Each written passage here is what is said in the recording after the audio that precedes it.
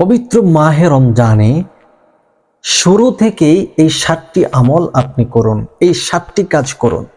যদি এই 7টি কাজ আপনার মধ্যে থাকে, আপনি যদি করতে পারেন, আল্লাহু আকবার কাবীরা, আল্লাহ পাক রব্বুল আলামিন এই পবিত্র মাহে রমজানের প্রতিটি আমল আপনার কবুল করে নেবেন। আল্লাহ তাআলা এমনভাবে কবুল করবেন, একটি আমলের বিনিময়ে 70টি আমল, 70টি নেক আপনাকে দান করবে।